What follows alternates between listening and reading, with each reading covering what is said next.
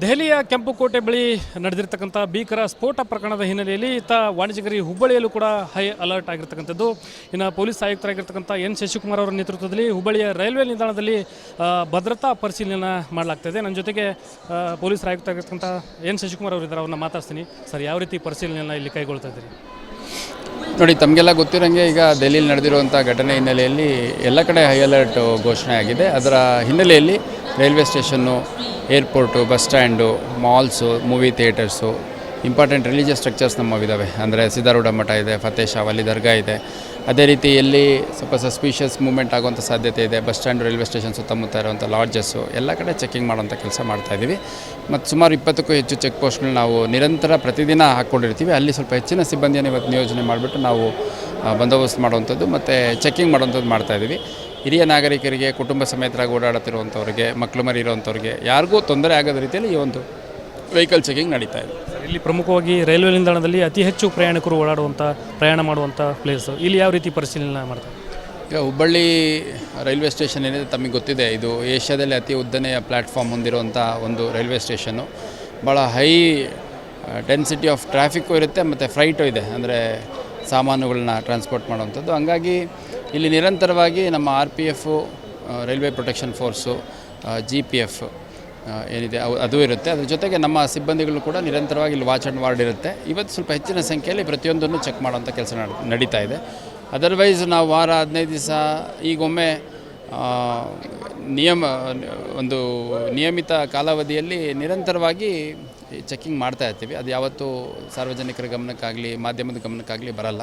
ಈ ಥರ ಇನ್ಸಿಡೆಂಟ್ ಆದಾಗ ಅದು ಸ್ವಲ್ಪ ವಿಸಿಬಲಾಗಿ ಕಾಣುತ್ತೆ. ಅದರ್ವೈಸ್ ಪ್ರತಿದಿನ ನಮ್ಮಲ್ಲಿ 15ರಿಂದ 20 ಚೆಕ್ ಪೋಸ್ಟ್ಗಳಿರ್ತವೆ. ಪ್ರತಿದಿನ ನಾವು hostel, lodges checking, hotel checking ಮಾಡುವಂಥದ್ದು ಮತ್ತು ಔಟ್ಸ್ಕರ್ಟ್ಸ್ಗಳಲ್ಲಿ ರೈಲ್ವೆ ಸ್ಟೇಷನ್ ಸುತ್ತಮುತ್ತ ಇದೆಲ್ಲ ನಿರಂತರವಾಗಿ ಮಾಡ್ತಾ ಇರ್ತೀವಿ.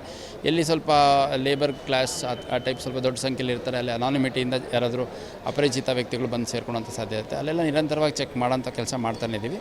ಇವತ್ತು ಸ್ವಲ್ಪ ಹೆಚ್ಚಿನ ಮಟ್ಟದಲ್ಲಿ ಮಾಡ್ತಾ ಇದ್ದೀವಿ. ಇನ್ನು ಹೊರಗಡೆಯಿಂದ ಬೇರೆ ಬೇರೆ ಭಾಗಗಳಿಂದ ನಗರಕ್ಕೆ ಆಗಮಿಸುವಂಥ ವಾಹನಗಳ ತಪಾಸಣೆ ಯಾವ ರೀತಿ ನಡೀತಾ ಇದೆ? ಈಗ ವಾಹನಗಳ ತಪಾಸಣೆ ನಮ್ಮಲ್ಲಿ ಪ್ರತಿದಿನ ನಡೆಯುತ್ತೆ. ಚೆಕ್ ಪೋಸ್ಟು ರಾತ್ರಿ 10 ಗಂಟೆಯಿಂದ ಬೆಳಗ್ಗೆ 6 ಗಂಟೆವರೆಗೂ ಸುಮಾರು 5 ಚೆಕ್ ಪೋಸ್ಟು ನಮ್ಮ ಕಮಿಷನರೇಟ್ ಎಂಟ್ರಿ ಪಾಯಿಂಟಲ್ಲಿ ಹಾಕಿದ್ದೀವಿ. ಅದೇ ರೀತಿಯಾಗಿ ಪ್ರತಿ ಸ್ಟೇಷನಲ್ಲೂ ಒಂದು ಚೆಕ್ ಪೋಸ್ಟನ್ನು ರ್ಯಾಂಡಮಾಗಿ ಮೂವ್ ಮಾಡಿಕೊಂಡು ಅಲ್ಲಲ್ಲೇ ಹಾಕ್ತಾ ಇರ್ತೀವಿ. ಸೊ ಇವತ್ತು ನಿರ್ದಿಷ್ಟವಾಗಿ ನಾನು ಸೂಚನೆ ಕೊಟ್ಟಿದ್ದೀನಿ, ಎಲ್ಲ 2 ವೀಲರ್ಸು, 4 ವೀಲರ್ಸು ಮತ್ತು ಬೇರೆ ಸಸ್ಪಿಷಿಯಸ್ ವೆಹಿಕಲ್ಸ್ ಯಾರೇ ಬಂದರೂ, ಯಾವುದೇ ಬಂದರೂ ಅದನ್ನು ಚೆಕ್ ಮಾಡೋಂಥ ಕೆಲಸ ಮಾಡಬೇಕು ಅಂತ ಅದನ್ನು ಮಾಡ್ತಾಯಿದ್ದೆ. ಭದ್ರತಾ ಒಂದು ತಪಾಸಣೆಯನ್ನು ಮಾಡೋದ್ರ ಜೊತೆಗೆ ಸಾಕಷ್ಟು ಹೈ ಅಲರ್ಟ್ ಇಲ್ಲಿ ನಡೆಸಲಾಗ್ತಾ ಇದೆ ಅಂತಕ್ಕಂಥ ಮಾತುಗಳನ್ನು ವ್ಯಕ್ತಪಡಿಸ್ತಾ ಇದ್ದಾರೆ. ಕ್ಯಾಮರಾ ಪರ್ಸನ್ ವಿನಾಯಕ್ ಪೂಜಾರ ಜೊತೆ ಪ್ರಕಾಶ್ ಹಿರೇಮಠ, ರಿಪಬ್ಲಿಕ್ ಕನ್ನಡ, ಹುಬ್ಬಳ್ಳಿ. ದೆಹಲಿಯ ಕೆಂಪುಕೋಟೆ ಬಳಿ ನಡೆದಿರ್ತಕ್ಕಂಥ ಭೀಕರ ಸ್ಫೋಟ ಪ್ರಕರಣದ ಹಿನ್ನೆಲೆಯಲ್ಲಿ ವಾಣಿಜ್ಯಗಿರಿ ಹುಬ್ಬಳ್ಳಿಯಲ್ಲೂ ಕೂಡ ಹೈ ಅಲರ್ಟ್ ಆಗಿರ್ತಕ್ಕಂಥದ್ದು.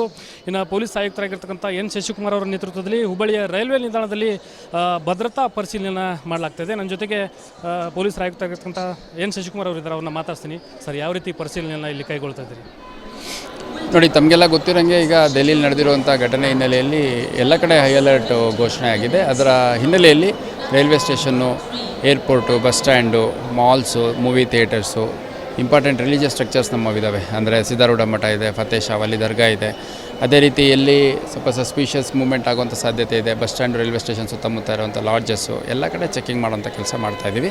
ಮತ್ತು ಸುಮಾರು 20ಕ್ಕೂ ಹೆಚ್ಚು ಚೆಕ್ ಪೋಸ್ಟ್ಗಳು ನಾವು ನಿರಂತರ ಪ್ರತಿದಿನ ಹಾಕ್ಕೊಂಡಿರ್ತೀವಿ. ಅಲ್ಲಿ ಸ್ವಲ್ಪ ಹೆಚ್ಚಿನ ಸಿಬ್ಬಂದಿಯನ್ನು ಇವತ್ತು ನಿಯೋಜನೆ ಮಾಡಿಬಿಟ್ಟು ನಾವು ಬಂದೋಬಸ್ತ್ ಮಾಡುವಂಥದ್ದು ಮತ್ತು ಚೆಕಿಂಗ್ ಮಾಡುವಂಥದ್ದು ಮಾಡ್ತಾಯಿದ್ದೀವಿ. ಹಿರಿಯ ನಾಗರಿಕರಿಗೆ, ಕುಟುಂಬ ಸಮೇತರಾಗಿ ಓಡಾಡುತ್ತಿರುವಂಥವ್ರಿಗೆ, ಮಕ್ಕಳು ಮರಿ ಇರುವಂಥವ್ರಿಗೆ ಯಾರಿಗೂ ತೊಂದರೆ ಆಗದ ರೀತಿಯಲ್ಲಿ ಈ ಒಂದು ವೆಹಿಕಲ್ ಚೆಕಿಂಗ್ ನಡೀತಾ ಇದೆ. ಇಲ್ಲಿ ಪ್ರಮುಖವಾಗಿ ರೈಲ್ವೆ ನಿಲ್ದಾಣದಲ್ಲಿ ಅತಿ ಹೆಚ್ಚು ಪ್ರಯಾಣಿಕರು ಪ್ರಯಾಣ ಮಾಡುವಂಥ ಪ್ಲೇಸು, ಇಲ್ಲಿ ಯಾವ ರೀತಿ ಪರಿಶೀಲನೆ ಮಾಡ್ತಾರೆ? ಈಗ ಹುಬ್ಬಳ್ಳಿ ರೈಲ್ವೆ ಸ್ಟೇಷನ್ ಏನಿದೆ ತಮಗೆ ಗೊತ್ತಿದೆ, ಇದು ಏಷ್ಯಾದಲ್ಲಿ ಅತಿ ಉದ್ದನೆಯ ಪ್ಲ್ಯಾಟ್ಫಾರ್ಮ್ ಹೊಂದಿರುವಂಥ ಒಂದು ರೈಲ್ವೆ ಸ್ಟೇಷನ್ನು. ಭಾಳ ಹೈ ಡೆನ್ಸಿಟಿ ಆಫ್ ಟ್ರಾಫಿಕ್ಕು ಇರುತ್ತೆ ಮತ್ತು ಫ್ರೈಟು ಇದೆ, ಅಂದರೆ ಸಾಮಾನುಗಳನ್ನ ಟ್ರಾನ್ಸ್ಪೋರ್ಟ್ ಮಾಡುವಂಥದ್ದು. ಹಂಗಾಗಿ ಇಲ್ಲಿ ನಿರಂತರವಾಗಿ ನಮ್ಮ RPF, railway protection force, GPF ಏನಿದೆ ಅದು ಇರುತ್ತೆ. ಅದ್ರ ಜೊತೆಗೆ ನಮ್ಮ ಸಿಬ್ಬಂದಿಗಳು ಕೂಡ ನಿರಂತರವಾಗಿ ಇಲ್ಲಿ ವಾಚ್ ಆ್ಯಂಡ್ ವಾರ್ಡ್ ಇರುತ್ತೆ. ಇವತ್ತು ಸ್ವಲ್ಪ ಹೆಚ್ಚಿನ ಸಂಖ್ಯೆಯಲ್ಲಿ ಪ್ರತಿಯೊಂದನ್ನು ಚೆಕ್ ಮಾಡೋಂಥ ಕೆಲಸ ನಡೀತಾ ಇದೆ. ಅದರ್ವೈಸ್ ನಾವು ವಾರ 15 ದಿವಸ ಈಗೊಮ್ಮೆ ನಿಯಮಿತ ಕಾಲಾವಧಿಯಲ್ಲಿ ನಿರಂತರವಾಗಿ ಚೆಕ್ಕಿಂಗ್ ಮಾಡ್ತಾ ಇರ್ತೀವಿ. ಅದು ಯಾವತ್ತೂ ಸಾರ್ವಜನಿಕರ ಗಮನಕ್ಕಾಗಲಿ ಮಾಧ್ಯಮದ ಗಮನಕ್ಕಾಗಲಿ ಬರಲ್ಲ. ಈ ಥರ ಇನ್ಸಿಡೆಂಟ್ ಆದಾಗ ಅದು ಸ್ವಲ್ಪ ವಿಸಿಬಲಾಗಿ ಕಾಣುತ್ತೆ. ಅದರ್ವೈಸು ಪ್ರತಿದಿನ ನಮ್ಮಲ್ಲಿ 15ರಿಂದ 20 ಚೆಕ್ ಪೋಸ್ಟ್ಗಳಿರ್ತವೆ. ಪ್ರತಿದಿನ ನಾವು hostel lodges checking, hotel checking ಮಾಡುವಂಥದ್ದು, ಮತ್ತು ಔಟ್ಸ್ಕರ್ಟ್ಸ್ಗಳಲ್ಲಿ ರೈಲ್ವೆ ಸ್ಟೇಷನ್ ಸುತ್ತಮುತ್ತ ಇದೆಲ್ಲ ನಿರಂತರವಾಗಿ ಮಾಡ್ತಾ ಇರ್ತೀವಿ. ಎಲ್ಲಿ ಸ್ವಲ್ಪ ಲೇಬರ್ ಕ್ಲಾಸ್ ಆ ಟೈಪ್ ಸ್ವಲ್ಪ ದೊಡ್ಡ ಸಂಖ್ಯೆಯಲ್ಲಿ ಇರ್ತಾರೆ, ಅಲ್ಲಿ ಅನಾನಿಮಿಟಿಯಿಂದ ಯಾರಾದರೂ ಅಪರಿಚಿತ ವ್ಯಕ್ತಿಗಳು ಬಂದು ಸೇರ್ಕೊಳ್ಳೋಂಥ ಸಾಧ್ಯತೆ, ಅಲ್ಲೆಲ್ಲ ನಿರಂತರವಾಗಿ ಚೆಕ್ ಮಾಡೋಂಥ ಕೆಲಸ ಮಾಡ್ತಾನೆ ಇದ್ದೀವಿ. ಇವತ್ತು ಸ್ವಲ್ಪ ಹೆಚ್ಚಿನ ಮಟ್ಟದಲ್ಲಿ ಮಾಡ್ತಾರೆ. ಇನ್ನು ಹೊರಗಡೆಯಿಂದ ಬೇರೆ ಬೇರೆ ಭಾಗಗಳಿಂದ ನಗರಕ್ಕೆ ಆಗಮಿಸುವಂಥ ವಾಹನಗಳ ತಪಾಸಣೆ ಯಾವ ರೀತಿ ನಡೀತಾ ಇದೆ ಸರ್? ಈಗ ವಾಹನಗಳ ತಪಾಸಣೆ ನಮ್ಮಲ್ಲಿ ಪ್ರತಿದಿನ ನಡೆಯುತ್ತೆ. ಚೆಕ್ ಪೋಸ್ಟು ರಾತ್ರಿ 10 ಗಂಟೆಯಿಂದ ಬೆಳಗ್ಗೆ 6 ಗಂಟೆವರೆಗೂ ಸುಮಾರು 5 ಚೆಕ್ ಪೋಸ್ಟು ನಮ್ಮ ಕಮಿಷನರೇಟ್ ಎಂಟ್ರಿ ಪಾಯಿಂಟಲ್ಲಿ ಹಾಕಿದ್ದೀವಿ. ಅದೇ ರೀತಿಯಾಗಿ ಪ್ರತಿ ಸ್ಟೇಷನಲ್ಲೂ ಒಂದು ಚೆಕ್ ಪೋಸ್ಟನ್ನು ರ್ಯಾಂಡಮಾಗಿ ಮೂವ್ ಮಾಡಿಕೊಂಡು ಅಲ್ಲಲ್ಲೇ ಹಾಕ್ತಾ ಇರ್ತೀವಿ. ಸೊ ಇವತ್ತು ನಿರ್ದಿಷ್ಟವಾಗಿ ನಾನು ಸೂಚನೆ ಕೊಟ್ಟಿದ್ದೀನಿ. ಎಲ್ಲ 2 ವೀಲರ್ಸು 4 ವೀಲರ್ಸು ಮತ್ತು ಬೇರೆ ಸಸ್ಪಿಷಿಯಸ್ ವೆಹಿಕಲ್ಸ್ ಯಾರೇ ಬಂದರೂ ಯಾವುದೇ ಬಂದರೂ ಅದನ್ನು ಚೆಕ್ ಮಾಡೋಂಥ ಕೆಲಸ ಮಾಡಬೇಕು ಅಂತ ಅದನ್ನು ಮಾಡ್ತಾಯಿದ್ದಾರೆ.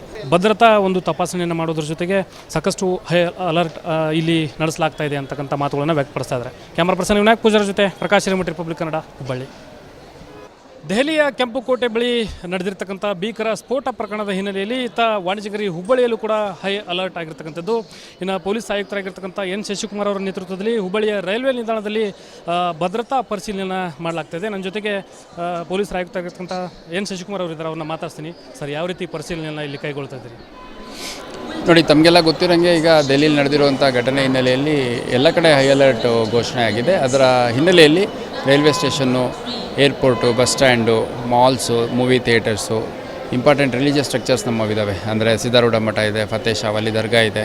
ಅದೇ ರೀತಿ ಎಲ್ಲಿ ಸ್ವಲ್ಪ ಸಸ್ಪಿಷಿಯಸ್ ಮೂವ್ಮೆಂಟ್ ಆಗುವಂಥ ಸಾಧ್ಯತೆ ಇದೆ, ಬಸ್ ಸ್ಟ್ಯಾಂಡ್, ರೈಲ್ವೆ ಸ್ಟೇಷನ್ ಸುತ್ತಮುತ್ತ ಇರುವಂಥ ಲಾಡ್ಜಸ್ಸು ಎಲ್ಲ ಕಡೆ ಚೆಕ್ಕಿಂಗ್ ಮಾಡೋಂಥ ಕೆಲಸ ಮಾಡ್ತಾಯಿದ್ದೀವಿ. ಮತ್ತು ಸುಮಾರು 20ಕ್ಕೂ ಹೆಚ್ಚು ಚೆಕ್ ಪೋಸ್ಟ್ಗಳು ನಾವು ನಿರಂತರ ಪ್ರತಿದಿನ ಹಾಕ್ಕೊಂಡಿರ್ತೀವಿ. ಅಲ್ಲಿ ಸ್ವಲ್ಪ ಹೆಚ್ಚಿನ ಸಿಬ್ಬಂದಿಯನ್ನು ಇವತ್ತು ನಿಯೋಜನೆ ಮಾಡಿಬಿಟ್ಟು ನಾವು ಬಂದೋಬಸ್ತ್ ಮಾಡುವಂಥದ್ದು ಮತ್ತು ಚೆಕ್ಕಿಂಗ್ ಮಾಡುವಂಥದ್ದು ಮಾಡ್ತಾಯಿದ್ದೀವಿ. ಹಿರಿಯ ನಾಗರಿಕರಿಗೆ, ಕುಟುಂಬ ಸಮೇತರಾಗಿ ಓಡಾಡುತ್ತಿರುವಂಥವ್ರಿಗೆ, ಮಕ್ಕಳು ಮರಿ ಇರುವಂಥವ್ರಿಗೆ ಯಾರಿಗೂ ತೊಂದರೆ ಆಗದ ರೀತಿಯಲ್ಲಿ ಈ ಒಂದು ವೆಹಿಕಲ್ ಚೆಕಿಂಗ್ ನಡೀತಾ ಇದೆ. ಇಲ್ಲಿ ಪ್ರಮುಖವಾಗಿ ರೈಲ್ವೆ ನಿಲ್ದಾಣದಲ್ಲಿ ಅತಿ ಹೆಚ್ಚು ಪ್ರಯಾಣಿಕರು ಪ್ರಯಾಣ ಮಾಡುವಂಥ ಪ್ಲೇಸ್, ಇಲ್ಲಿ ಯಾವ ರೀತಿ ಪರಿಶೀಲನೆ ಮಾಡ್ತಾರೆ? ಈಗ ಹುಬ್ಬಳ್ಳಿ ರೈಲ್ವೆ ಸ್ಟೇಷನ್ ಏನಿದೆ ತಮಗೆ ಗೊತ್ತಿದೆ, ಇದು ಏಷ್ಯಾದಲ್ಲಿ ಅತಿ ಉದ್ದನೆಯ ಪ್ಲ್ಯಾಟ್ಫಾರ್ಮ್ ಹೊಂದಿರುವಂಥ ಒಂದು ರೈಲ್ವೆ ಸ್ಟೇಷನ್ನು. ಭಾಳ ಹೈ ಡೆನ್ಸಿಟಿ ಆಫ್ ಟ್ರಾಫಿಕ್ಕು ಇರುತ್ತೆ ಮತ್ತು ಫ್ರೈಟು ಇದೆ, ಅಂದರೆ ಸಾಮಾನುಗಳನ್ನ ಟ್ರಾನ್ಸ್ಪೋರ್ಟ್ ಮಾಡುವಂಥದ್ದು. ಹಂಗಾಗಿ ಇಲ್ಲಿ ನಿರಂತರವಾಗಿ ನಮ್ಮ RPF, railway protection force, GPF ಏನಿದೆ ಅದು ಇರುತ್ತೆ. ಅದ್ರ ಜೊತೆಗೆ ನಮ್ಮ ಸಿಬ್ಬಂದಿಗಳು ಕೂಡ ನಿರಂತರವಾಗಿ ಇಲ್ಲಿ ವಾಚ್ ಆ್ಯಂಡ್ ವಾರ್ಡ್ ಇರುತ್ತೆ. ಇವತ್ತು ಸ್ವಲ್ಪ ಹೆಚ್ಚಿನ ಸಂಖ್ಯೆಯಲ್ಲಿ ಪ್ರತಿಯೊಂದನ್ನು ಚೆಕ್ ಮಾಡೋಂಥ ಕೆಲಸ ನಡೀತಾ ಇದೆ. ಅದರ್ವೈಸ್ ನಾವು ವಾರ 15 ದಿವಸ ಈಗೊಮ್ಮೆ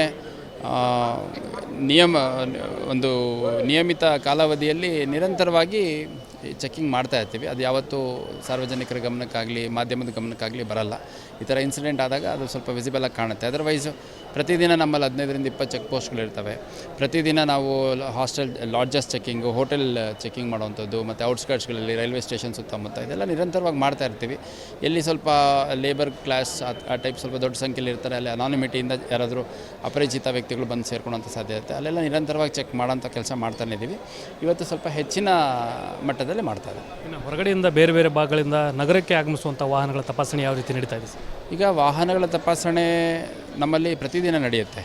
ಚೆಕ್ ಪೋಸ್ಟು ರಾತ್ರಿ 10 ಗಂಟೆಯಿಂದ ಬೆಳಗ್ಗೆ 6 ಗಂಟೆವರೆಗೂ ಸುಮಾರು 5 ಚೆಕ್ ಪೋಸ್ಟು ನಮ್ಮ ಕಮಿಷನರೇಟ್ ಎಂಟ್ರಿ ಪಾಯಿಂಟಲ್ಲಿ ಹಾಕಿದ್ದೀವಿ. ಅದೇ ರೀತಿಯಾಗಿ ಪ್ರತಿ ಸ್ಟೇಷನಲ್ಲೂ ಒಂದು ಚೆಕ್ ಪೋಸ್ಟನ್ನು ರ್ಯಾಂಡಮಾಗಿ ಮೂವ್ ಮಾಡಿಕೊಂಡು ಅಲ್ಲಲ್ಲೇ ಹಾಕ್ತಾ ಇರ್ತೀವಿ. ಸೊ ಇವತ್ತು ನಿರ್ದಿಷ್ಟವಾಗಿ ನಾನು ಸೂಚನೆ ಕೊಟ್ಟಿದ್ದೀನಿ. ಎಲ್ಲ 2 ವೀಲರ್ಸು 4 ವೀಲರ್ಸು ಮತ್ತು ಬೇರೆ ಸಸ್ಪಿಷಿಯಸ್ ವೆಹಿಕಲ್ಸ್ ಯಾರೇ ಬಂದರೂ ಯಾವುದೇ ಬಂದರೂ ಅದನ್ನು ಚೆಕ್ ಮಾಡೋಂಥ ಕೆಲಸ ಮಾಡಬೇಕು ಅಂತ ಅದನ್ನು ಮಾಡ್ತಾಯಿದ್ದಾರೆ.